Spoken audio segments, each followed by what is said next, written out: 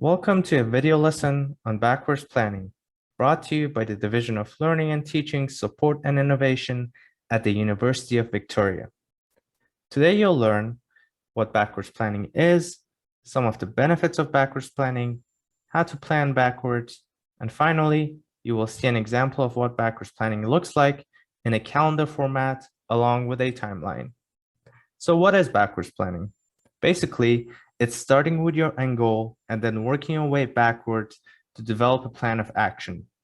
In other words, you know the deadline or the end date for your goal and then lay out a plan accordingly to achieve it. There are various benefits of backwards planning, one of them being that one can clearly visualize the planned steps needed to achieve the goal because of future retrospection. This means that you visualize future events as if they happened in the past, so you can better understand the end goal and the steps needed to reach that goal. In addition to this, since the focus is on the desired outcome, research has shown that students are better able to focus on their tasks and obtain higher grades. Backwards planning also leads to efficient time management and high productivity, as the process encourages to complete the tasks based on defined milestones and target dates. Higher goal expectancy also increases confidence and effort put on the tasks to achieve better results. To backwards plan as a student, here are the few steps. The first and most important step is to define your goal. Your goal should be specific, measurable, attainable, relevant, and time-bound. You also need to note important deadlines and other commitments in order to stay on track and never lose sight of your responsibilities. Next, break your goal down to smaller tasks by identifying the steps needed to achieve the result. Actionable steps will make it easier to manage your progress and move forward instead of cramming everything the night before something is due. Afterwards, estimate the time that's required to successfully complete each task you've laid out. It's super important to create a step-based timeline with target dates to accomplish the set milestones.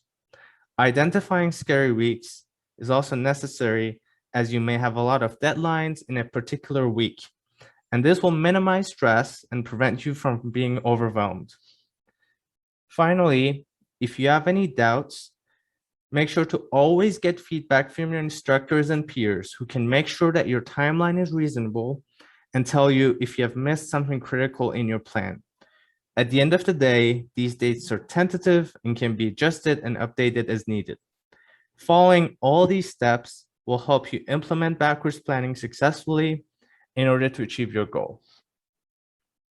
So here we have an example of a calendar that we will show you for backwards planning. Here's an empty calendar for the month of October. So we want to use backwards planning to accomplish our goals and manage our time effectively. You can use something like Google Calendar, Microsoft Outlook, or any other calendar system you like to use. So say first you write all of your due dates in your calendar and find out that you have a couple due dates for the last week of October. You have an essay due on the 29th and a final exam on the 30th. So the last week will be your scary week, since you will have several deadlines all at once. You can clearly indicate this in your calendar so you can be better prepared beforehand. The goal you'll be focusing on is submitting the essay. So you work your way backwards from your final goal and plan to have a meeting with an instructor 3 days before submitting the assignment. This will give you enough time to ask any questions or ask for clarification, and then make the final changes before you submit the essay.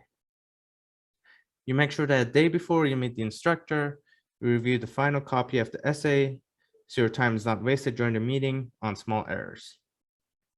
Before you come up with the final copy and review it, you need to edit your draft. You can get help from a tutor if you're stuck, or if you want someone else to assist you in editing your draft. You decide that 2 weeks before submitting the essay, you want to start your first draft to give yourself more than enough time to go through several drafts, get feedback, and make revisions. Before you start your very first draft, you would want to compile and organize the research you've done. If you're writing a scientific report, you can check out LTSI's guide on how to organize a scientific report. On Saturday the 9th, you start your research since you will have a lot of time on the weekend.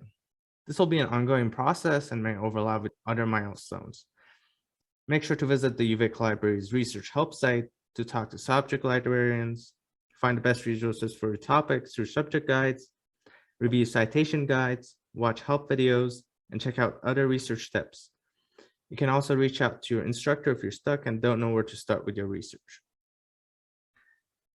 About 4 days before you start your research, you plan to determine the topic for your paper. This may take some time since you would also need to gather a list of resources you will need for writing your essay.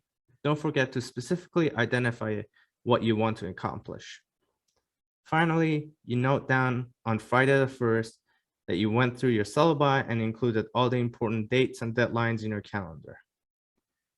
So here's a timeline of all the critical steps for accomplishing your goal. Again, there's nothing wrong with underestimating or overestimating the time needed to complete the steps. It's always good to update your calendar as you move forward. If you need any resources or additional help, visit the following websites for more information. Thanks for watching.